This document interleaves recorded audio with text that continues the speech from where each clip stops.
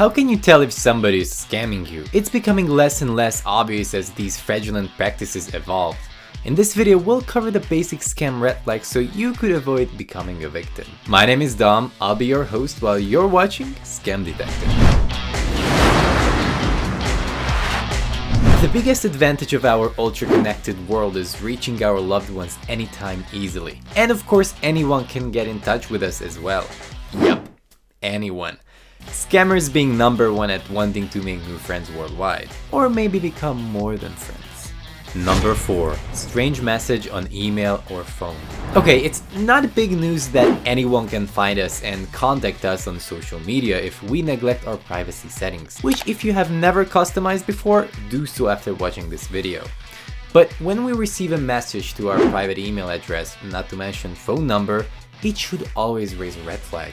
Scammers can get their hands on these information in many ways, and they build on the fact that people usually use private email addresses and phone numbers for serious and private matters. So if a Matthew Bowles kind of guy contacts you about winning something, don't believe a word.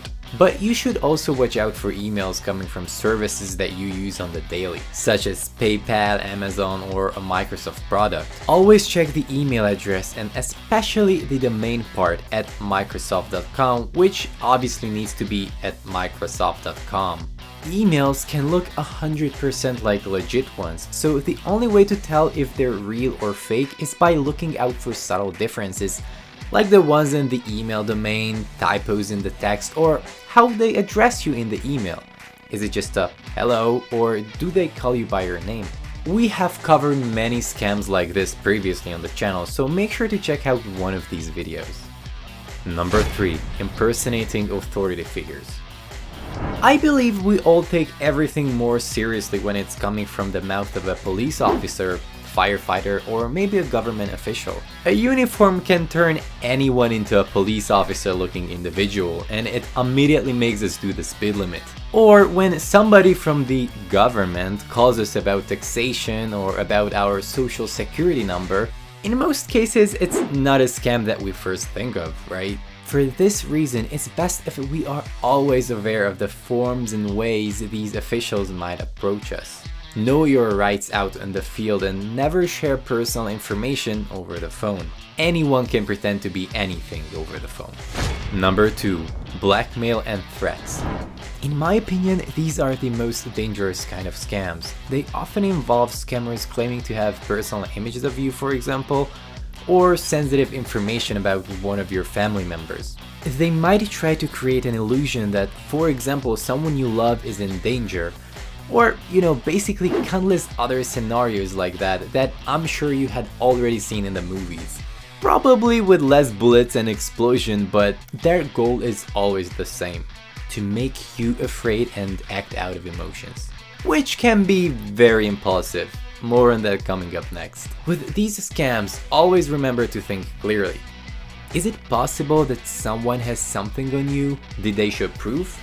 I mean, it's blackmailing 101 to show proof, otherwise, who would believe? Number 1. Online flirting. There are many ways scammers might try to get you in the online flirting world. I'm saying flirting because these scams occur without ever meeting the person. And in my opinion, a date should be in person. Check out this video to learn how you might get scammed on a date. All of these scams are based on building trust and developing emotions between you and the scammer. They might create a very appealing profile that you immediately fall in love with at first sight. Or they come up with a touching story that would urge you to help them. But either way, they first make sure that you really long for them and your feelings for them took control over your sanity. And oh my, what we wouldn't do for love. So when there is this bond between you and the scammer, they start playing their cards. They might ask for money because they're in a bad financial situation, or they tell you that they know a great Bitcoin deal and they'll help you, you just need to give them basically all your financial information. Or in some cases, they might send you a check for something you agreed on, but little do you know that the check is fake and is also about a bigger amount than previously discussed. And of course, a short time later, they ask you to wire them back the difference.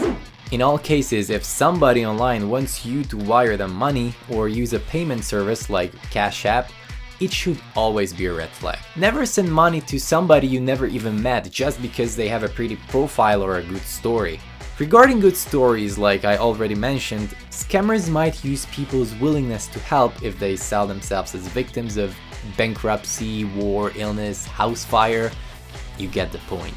And it's pretty sad, to be honest, that you literally need to do a background check on anyone who is asking for help online. So be careful when swiping on Tinder or chatting on other online dating platforms trying to find the love of your life. Because the sweetheart you're talking to might as well be a scammer or a scam chatbot. If you come across a very pretty profile looking like a model with professional photos, take a screenshot and run an image reverse search using tineye.com. If their images appear all over the internet, it's either your lucky day and a model is looking for a company, but more likely a scammer is using their photos to lure you in. So what to do if you feel like you're being scammed? Talk to people you trust and ask for their opinion. They'll help you calm down and ensure you in what you already know. Cease communication or don't even begin. Look them up, use image reverse search like I mentioned, and make sure if they're real or not.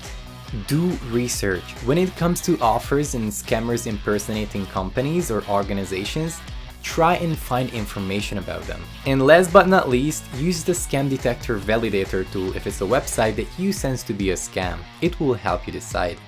But that was the video on scam red flags. I hope it could help you. Make sure to leave a big thumbs up and don't forget to subscribe to the channel for more scam prevention content. My name is Dom, I'm going to see you in the next video and you watched Scam Detector.